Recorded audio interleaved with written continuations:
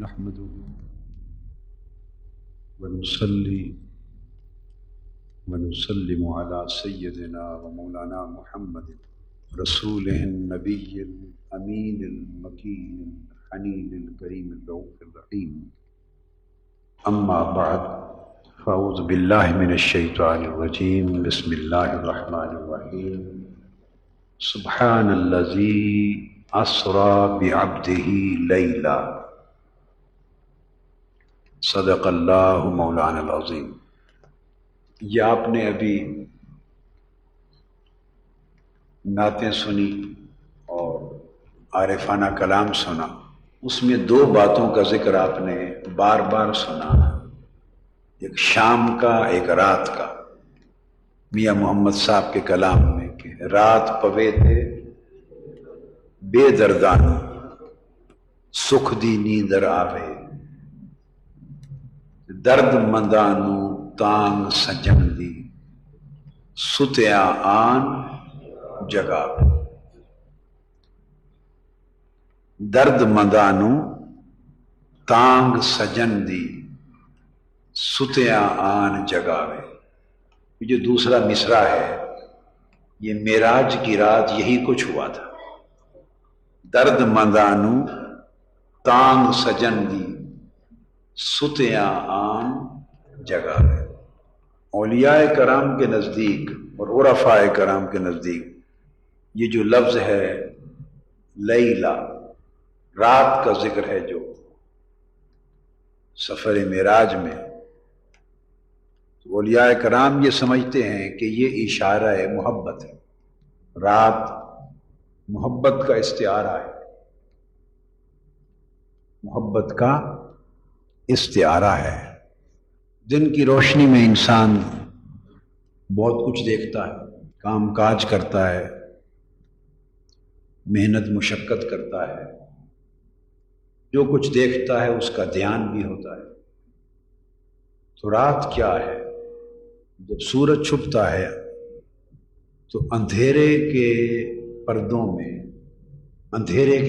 میں سب کچھ چھپ جاتا ہے، محو ہو جاتا ہے، پھر کچھ دکھائی نہیں دیتا. یہ ہم تو روشنیوں کے ذریعے دیکھنے کا بندوبست کرتے ہیں، روشنی سے ہم رات کا ازالہ کرتے ہیں. مگر جب رات حقیقی معنی میں رات ہوتی ہے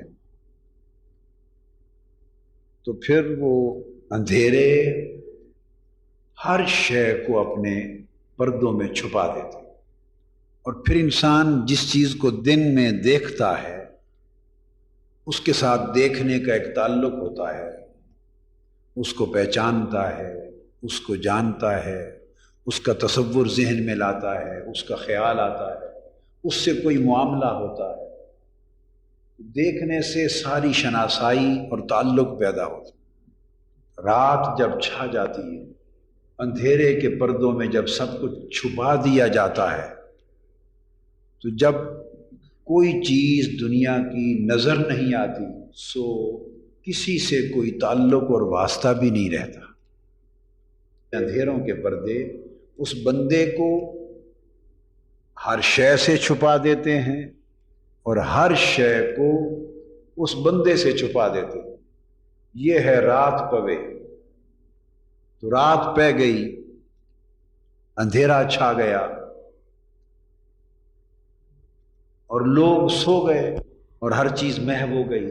نہ کوئی دکھائی دینے لگا، نہ کسی کا خیال رہا، تو ہر چیز اندھیروں کے پردوں میں چھپ گئی. تو خلوت ہو گئی.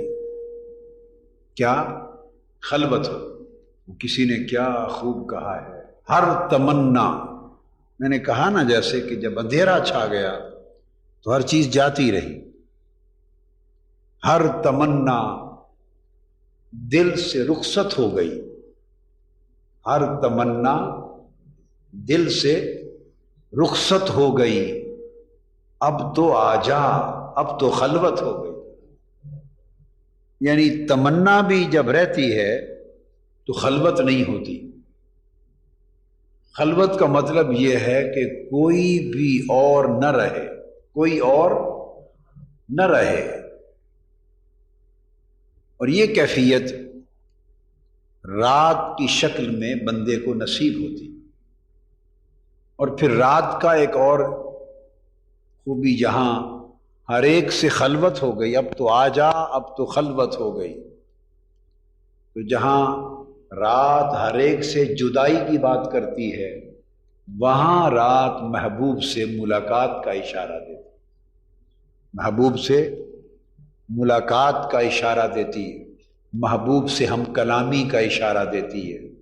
اس لیے رات لمحہ مناجات بھی ہے اور رات لمحہ ملاقات بھی۔ اللہ والے دن سے اتنا پیار نہیں کرتے جتنا رات سے پیار کرتے ہیں، وہ رات کے انتظار میں رہتے ہیں، چونکہ رات مناجات کا لمحہ ہوتا ہے اور رات ملاقات کا لمحہ ہوتا ہے۔ اللہ رب العزت نے فرمایا سبحان الذی اسرا بعبدہ لیلا۔ لفظ سبحان میں اللہ پاک نے ہر شے سے اپنا منزہ ہونا، پاک ہونا بیان کیا۔ میں نے صرف اس آیت کریمہ کا پہلا حصہ لیا ہے جس کی ابتدا سبحان سے ہو رہی ہے اور تعلق اس کا لیلا سے، لین سے جڑ رہا ہے۔ فرمایا وہ پاک ہے ہر شے سے، علائق سے، خواہشوں سے، مادیت سے، پستیوں سے، نقائص سے، کمزوریوں سے، حتیٰ کہ پھر تمہارے خیالات سے بھی، تمہارے وہم سے بھی، تمہارے گمان سے، یعنی ہر چیز نیچے رہ جاتی ہے، وہ ہر شے سے پاک ہے، بلند ہے، منزہ ہے۔ تو لفظ سبحان میں اللہ پاک نے اپنی کمال پاکیزگی کا اشارہ دیا۔ اتنی کمال پاکیزگی ہے کہ کوئی اس کو چھو بھی نہیں سکتا، کوئی اسے چھو بھی نہیں سکتا۔ وہ ایک شعر ہے، سر سے پا تک وہ گلابوں کا شجر لگتا ہے، باوضو ہو کے بھی اسے چھوتے ہوئے ڈر لگتا ہے۔ سبحان میں یہ ہے کہ اسے کوئی شے چھو نہ سکے، باوضو ہو کے بھی اسے چھوتے ہوئے ڈر لگتا ہے۔ کیوں؟ اس میں تنزیہ کا اشارہ ہے کہ وہ ایک ایسی ذات ہے کہ اسے کوئی چھو بھی نہیں سکتا، چونکہ چھونے کے لیے، حسیت کے لیے مادیت چاہیے، کوئی کثافت ہو، کوئی وزن ہو، کوئی مادی چیز ہو، تو پھر اس کو انسان چھو سکتا ہے۔ اور جو چیز اتنی لطیف، اتنی پاک، اتنی صاف، اتنی بلند، اتنی بالا ہو کہ اسے چھوا بھی نہ جا سکے، اس کو سبحان کہتے ہیں۔ کوئی چیز اتنی بلند و بالا ہو کہ اسے سمجھا بھی نہ جا سکے، اسے سبحان کہتے ہیں۔ کوئی چیز اتنی منزہ اور لطیف ہو کہ اسے دیکھا بھی نہ جا سکے، اسے سبحان کہتے ہیں۔ پاک ہے وہ ذات، کس شے سے؟ بھئی تم جو سوچ لو اس سے بھی پاک ہے، پاک ہے۔ یہ نہیں فرمایا کس شے سے، فرمایا جو سوچ لو اس سے بھی پاک۔ تو دل میں تو آتا ہے، سمجھ میں نہیں آتا، بس جان گیا میں تیری پہچان یہی۔ جو سمجھ میں نہ آئے وہی سبحان ہے، اور جو سمجھ میں آ جائے وہ سبحان۔ وہ سبحان کیسا؟ جس کو سمجھ نے چھو لیا وہ سبحان کیسا؟ جس کو فہم اور ادراک نے چھو لیا وہ سبحان کیسا؟ جس کو انسان کے حواس اور عقل نے چھو لیا، وہ سبحان کیسا؟ تو فرمایا سبحان پاک ہے، جو سمجھ لو اس سے پاک ہے، جو کہو اس سے پاک ہے، جو سوچو اس سے پاک ہے، پاک جو ہوا، لہذا نہ سمجھ جائے اس تک، نہ اس تک کوئی فہم جائے، نہ انسانی سوجھ بوجھ جائے، نہ خیال جائے، نہ وہم جائے، نہ گمان جائے، وہ ہر شے سے پاک ہے۔ اب اس نے چاہا کہ میری اس پاکیزگی کا عکس کسی اور میں بھی نظر آئے، بس یہ معراج کا فلسفہ ہے۔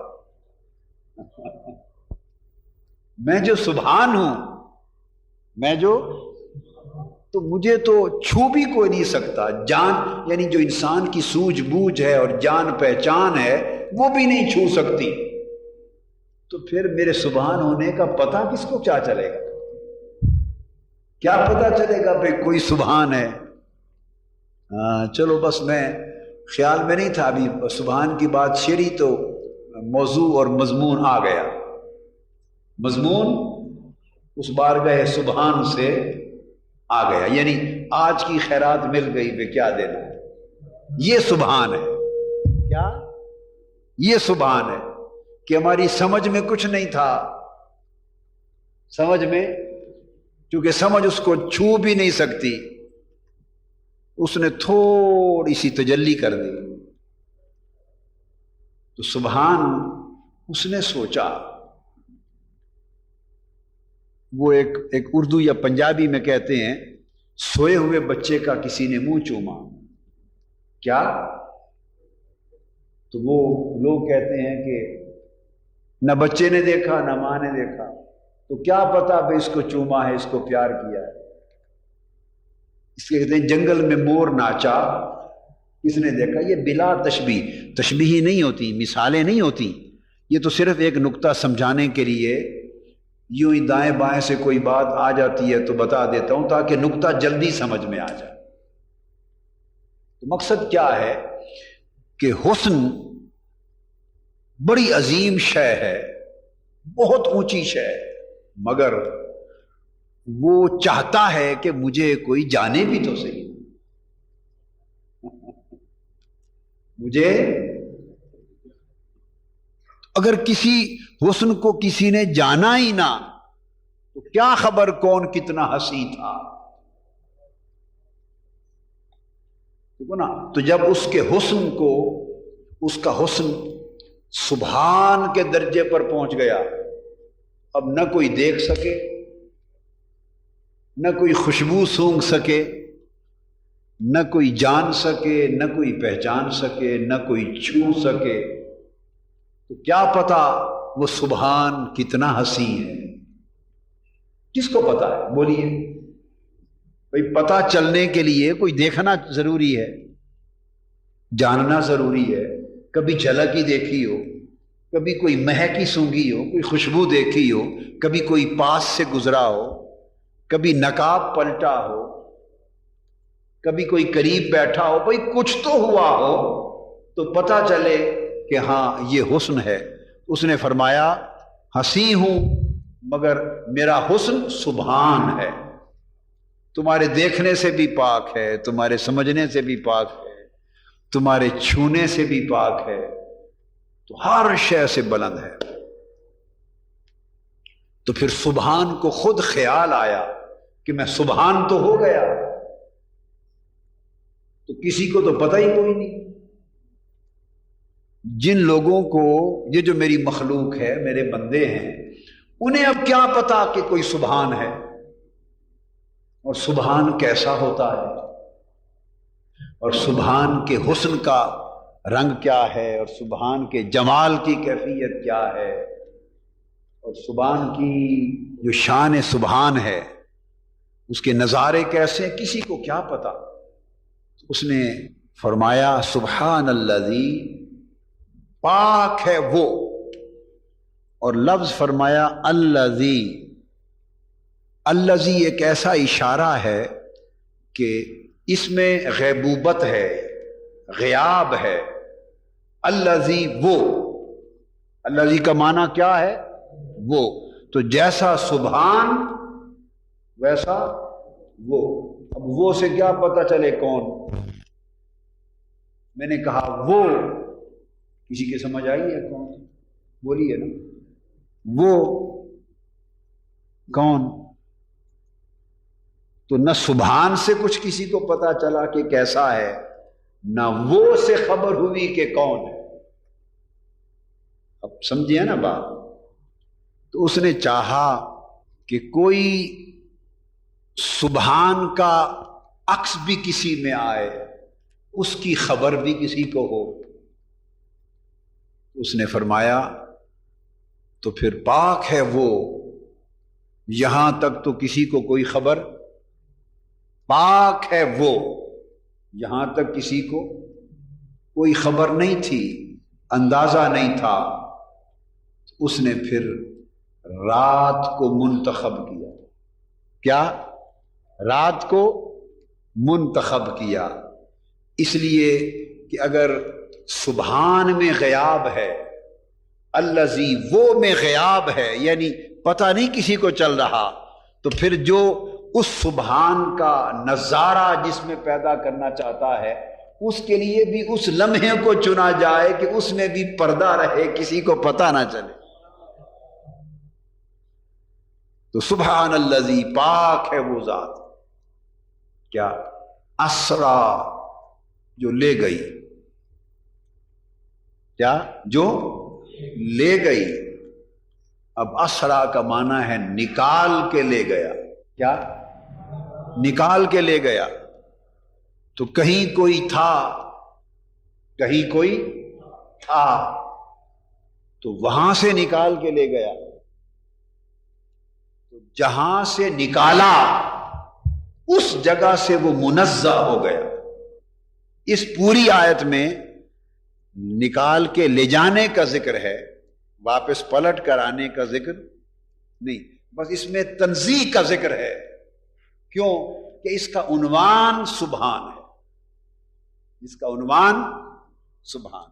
تو معراج کیا ہے؟ خالی جانا ہی جانا تھا، واپس آنا نہیں تھا. بولیے نا، معراج کا سفر کیا ہے؟ خالی گئے تھے، وہ اس کے پاس فقط گئے تھے، پلٹ کے آئے نہیں تھے.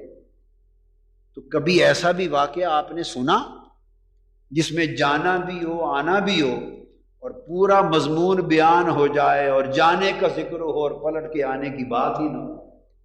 کبھی سنا؟ کوئی ایسا واقعہ بھی سنا؟ جی. تو سفر معراج میں تو جانا بھی ہے اور آنا بھی ہے، مگر یہ پوری آیت مضمون معراج کو بیان کرتی ہے. اس میں فقط لے جانا ہی ہے، واپس لانے کا ذکر ہی نہیں. کیوں؟ اس لیے کہ اس میں مقصود سبحان کی جھلک ڈالنا. اس میں مقصود بس لے جانا ہے. کیا؟ نکال کے لے جانا ہے. کہاں سے؟ اس جہاں سے جس جہاں سے منزہ کرنا، اس بشریت سے. اسرا بعبدہ لیلا، ایک تو لیلا رات ہو گئی،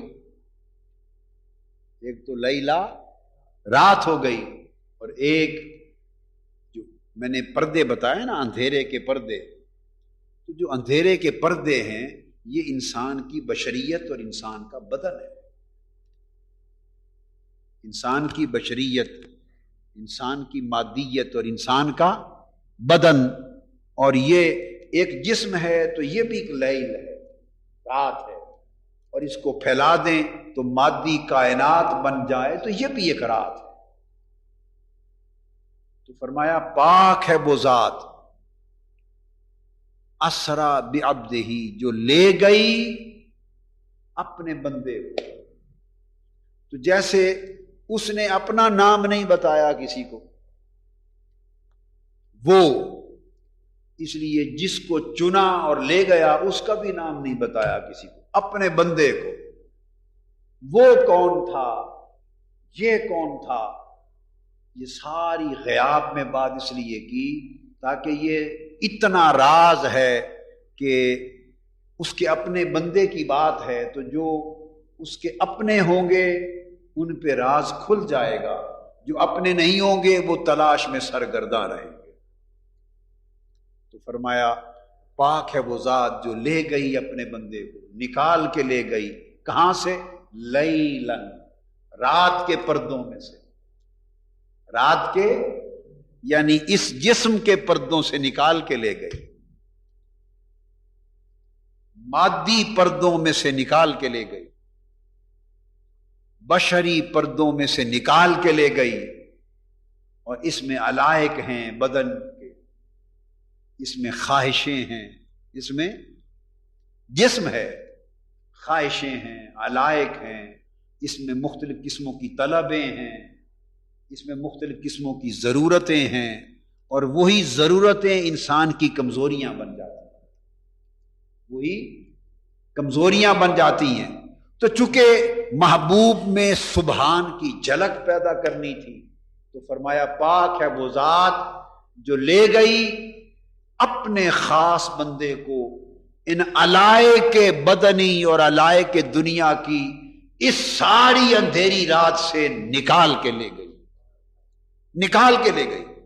اور پھر جب نکال لیا علائق بدن سے تو یہ کیفیت تو اس لے جانے سے پہلے بھی تھی کہ 40 دن غار ہرا میں رہتے تھے آقا علیہ السلام، اور 7 دن کے ستو اور کھانا لے جاتے تھے اور وہ بچ کے واپس آ جاتا تھا۔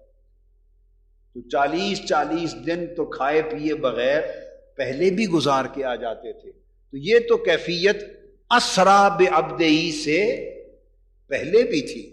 تو آپ اندازہ کریں کہ علائق تھے کتنے، علائق تھے کتنے۔ کچھ تو ولادت کے ساتھ ختم کر دیے، کچھ جب شک صدر ہوا اس پہ ختم کر دیے، وہ تو پے در پے ختم ہوتے رہے۔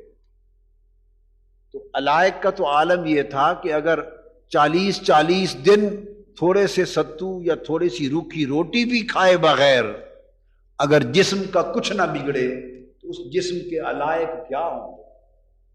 وہ تو جسم بھی نور کی مانند تھا، وہ جسم بھی لطیف تھا، وہ جسم بھی، وہ بدن بھی لطیف تھا، ایسا لطیف بدن تھا جسے چھوتے ہوئے ڈر لگتا ہے۔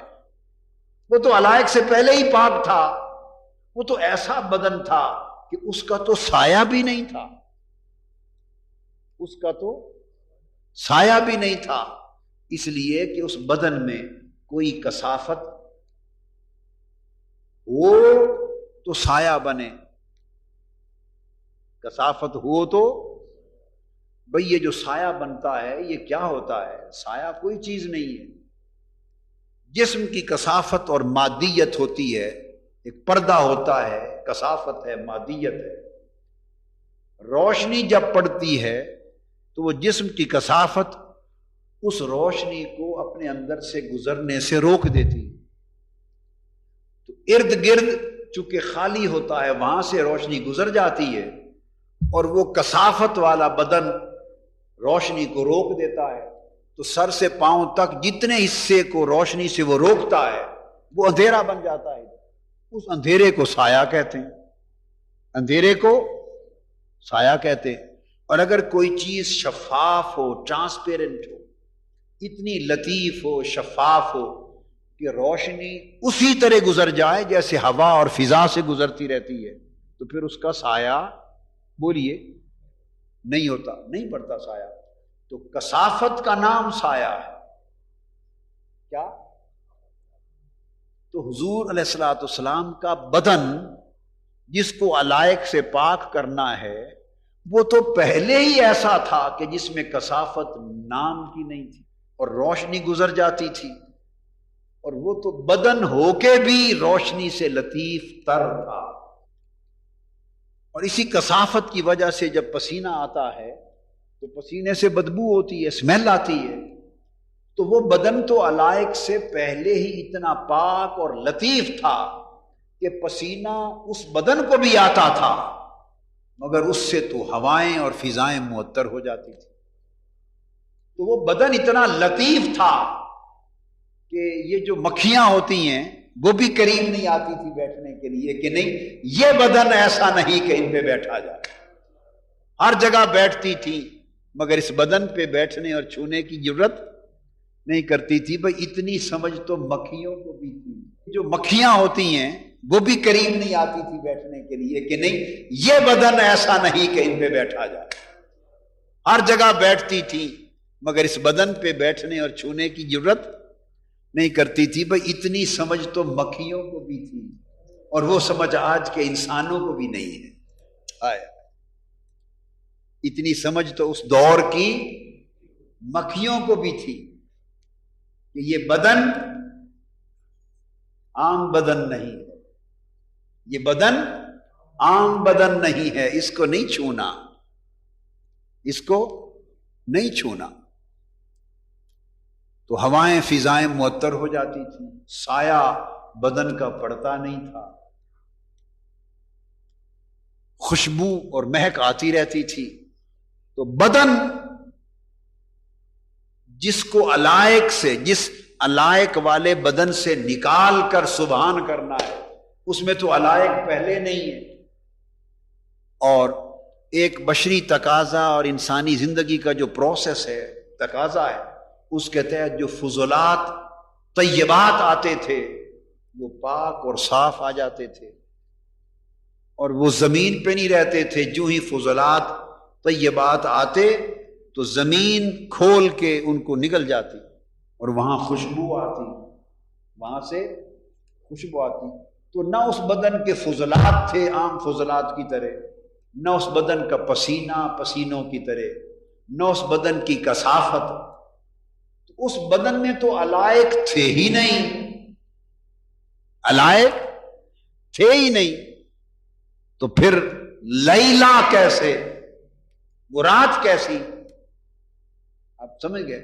تو ہمارے اس دنیا اور کائنات کے اعتبار سے تو وہ روشن تھا، وہ روشن تھا، مگر چونکہ مقام سبحان پر نہ تھا تو مقام سبحان کے بالمقابل وہ لیل رات تھا۔ وہ جو اس کی شان سبحان ہے اس کے مد مقابل وہ اس کو لیلا کہا، وہ بدن تھا۔ ہمارے حساب سے تو وہ بدن بھی نہیں تھا، بدن والوں کے حساب سے تو بدن بھی نہیں تھا، اس کائنات کے تقاضوں کے حساب سے وہ بدن نہیں تھا، مگر سبحان کے بالمقابل وہ بدن تھا۔ تو اس نے فرمایا سبحان الذی اسرا بعبدہ، پاک ہے وہ جس نے چاہا کہ میری اس سبحانیت کو کوئی دیکھے سمجھے تو صحیح، کسی کو اس کا نظارہ تو ہو۔ جیسے اللہ پاک نے فرمایا کنت کنزا مخفیا فاحببت ان اعرف، کہ میں ایک چھپا ہوا خزانہ تھا جب کائنات میں کچھ بھی نہیں تھا، محض عدم تھا، تو فرمایا بس میں تھا اور ایک چھپا ہوا خزانہ تھا، بس میں نے چاہا کہ جانا جاؤں، میں نے چاہا کہ جانا جاؤں۔ اسی حدیث قدسی کی روح سے وہ سبحان تھا، اس کی سبحانیت نے چاہا کہ میں جانا جاؤں۔ تو خود اگر وہ جانا جائے تو سبحان نہ رہے۔ آپ میری بات سمجھے نا؟ اگر وہ خود جانا جائے تو اسے تو جان پہچان چھو بھی نہیں سکتی۔ اگر وہ ایسا ہو جائے کہ کوئی اسے جان سکے تو وہ جانا تو گیا مگر سبحان نہ رہا۔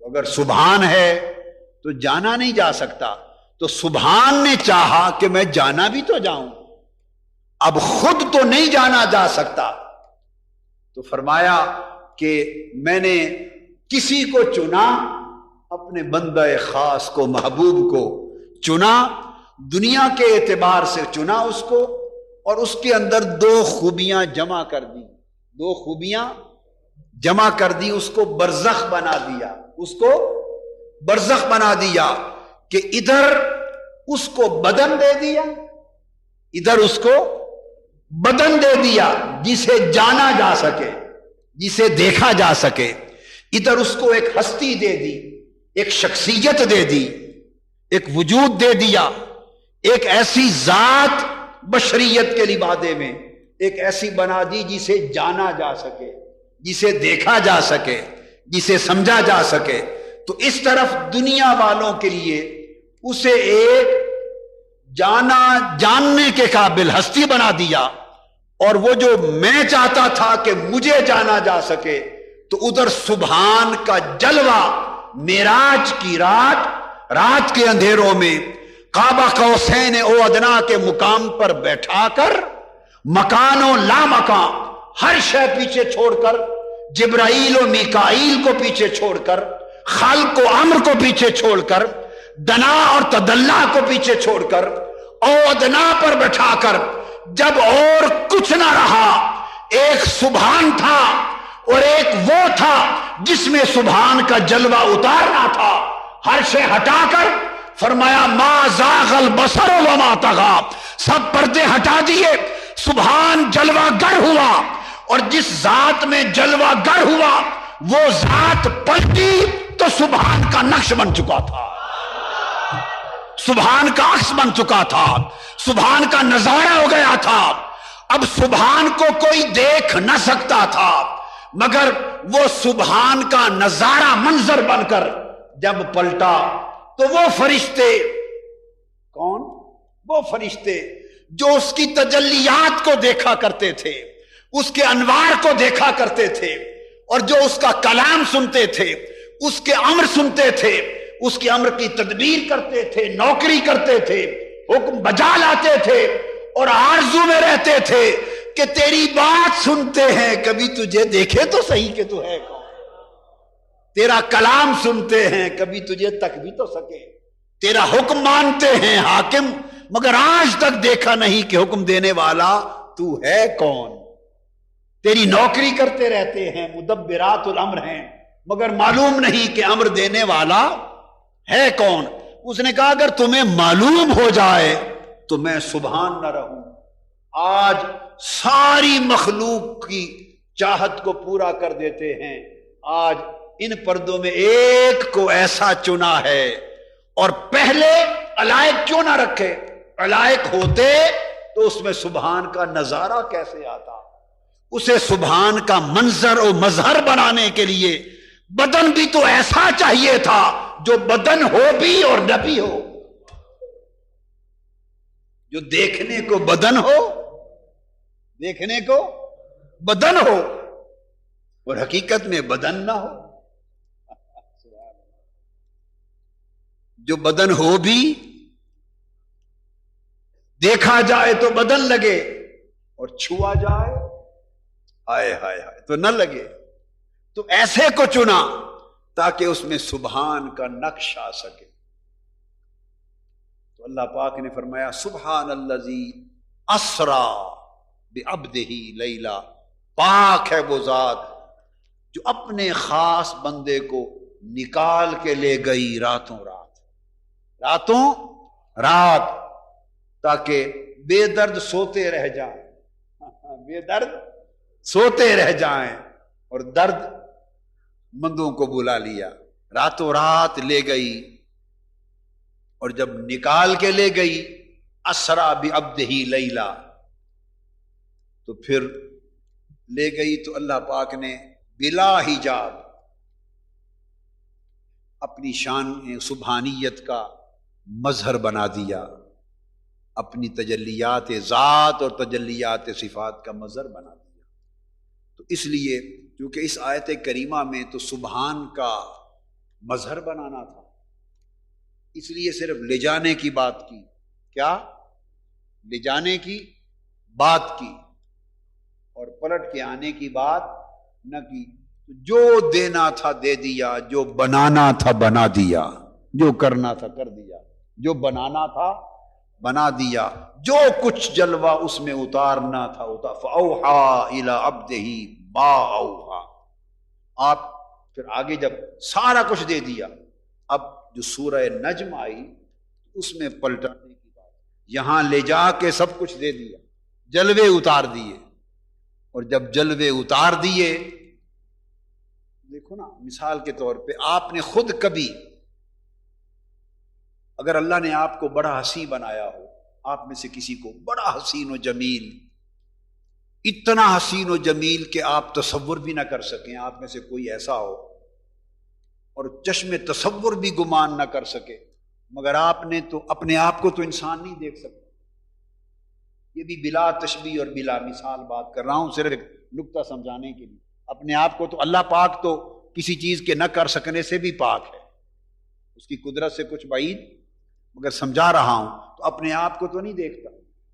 کیا اپنے آپ کو تو کوئی نہیں دیکھتا؟ تو بتانا یہ چاہتا ہوں کہ اس آیت میں کمال تو حضور کا بیان ہو رہا ہے، کمال تو حضور کا بیان ہو رہا ہے نا. معراج کروانا اللہ کا کمال نہیں بیان ہوا، حضور کا کمال کہ حضور کو معراج کروایا گیا، با کمال حضور کو بنایا جا رہا ہے. اللہ پاک سبحان اللہ سبحان اللہ اپنے آپ کو کہہ رہا ہے. اب میری بات سمجھے نا، تو جس کو با کمال کیا جائے، آپ کہتے ہیں نا سبحان اللہ، اس کی سبحان کرتے ہیں، تو کیا با کمال کیا حضور کو؟ تو میں مثال دے رہا تھا جیسے کوئی بڑا حسین ہو، بڑا حسین ہو، بڑا حسین ہو، مگر اس نے اپنے آپ کو کبھی دیکھا ہی نہ ہو. وہ کائنات کے ہر حسن کو دیکھے، بڑے حسینوں کو دیکھے، بڑے جمال دیکھے، نظارے دیکھے، حسن فطرت دیکھے، بہت کچھ دیکھے، مگر اس کا اپنا حسن اتنا بلند ہو کہ کائنات کے سارے حسن اس کے سامنے ایک ذرہ بھی نہ لگے. تو ایک دن اس کے سامنے آپ شیشہ کر دیں تو شیشے کی خوبی کیا ہوتی ہے؟ آئینے کی، کہ وہ اس میں جھلک آ جاتی، اس میں جھلک آ جاتی. آئینے کا اپنا تو کچھ نہیں ہوتا، آئینہ تو صاف آئینہ ہوتا ہے. تو جس چہرے کے سامنے کر دو وہ چہرہ اس میں اتر آتا ہے. جب اس کے اندر چہرہ اتر آ گیا تو اس دن اس حسین نے اپنے آپ کو دیکھا. جب اپنے آپ کو دیکھا تو اس نے کہا یہ سارے حسن جو کائنات میں آج تک دیکھتے رہے وہ کیا تھے؟ بس جب اپنے آپ کو دیکھا تو بے ساختہ زبان سے نکلا سبحان اللہ زی، سبحان اللہ زی. محبوب کو بلایا، اس کو علائق بدنیہ سے نکالا، اس کو خواشی جسم سے نکالا اور بدن کی بدنیت سے اس کو نکال لیا، اس جسم کو جسمیت سے نکال لیا، اس ہستی کو ہستیت سے نکال لیا، اور ہر شے سے نکال کے مکانیت سے نکال لیا، حتیٰ کہ لامکانیت سے نکال لیا. اس مکان پر بٹھا کر جب اپنا آئینہ بنا دیا اور آئینہ بنا کر سامنے رکھا اور پردہ اٹھایا اور اس میں اپنا جلوہ دیکھا تو کہا سبحان اللہ زی، سبحان اللہ زی، سبحان اللہ.